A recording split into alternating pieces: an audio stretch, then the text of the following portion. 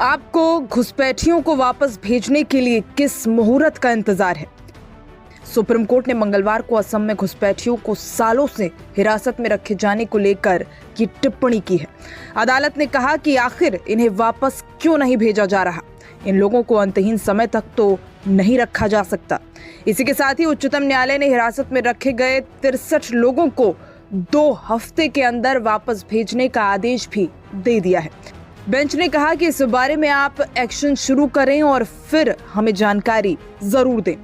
Supreme court ने असम सरकार की इस बात के लिए आलोचना भी की कि इन्हें विदेशी घोषित कर दिया गया है और ये अवैध घुसपैठिए होने के बाद भी लंबे समय से हिरासत में ही हैं। अब तक इन्हें वापस भेजने को लेकर कोई फैसला नहीं किया गया है।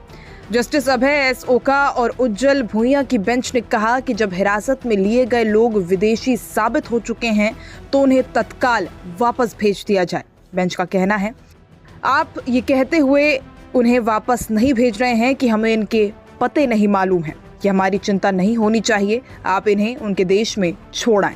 क्या आप किसी मुहूर्त का इंतजार कर रहे हैं? बेंच ने कहा, अगर आपने किसी को विदेशी घोषित कर दिया तो फिर अगले तार्किक कदम की ओर बढ़ना चाहिए। आप उन्हें अनंत काल तक हिरासत में नहीं रख सकते।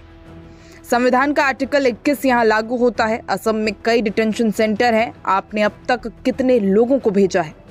अदालत ने कहा कि आप इस मामले में एक्शन लें और फिर अनुपालन रिपोर्ट भी पेश करें।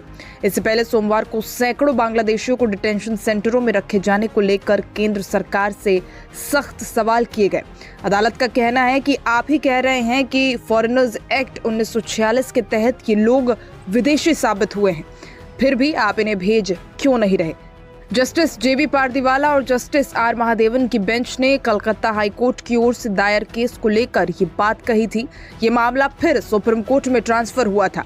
अदालत ने कहा कि इन लोगों को 1 महीने के अंदर ही मूल देश भेज दिया जाए। इतने लंबे समय तक इनका भारत में बने रहना काफी अनौपचारिक और किसी भी औचित्य के बाहर है।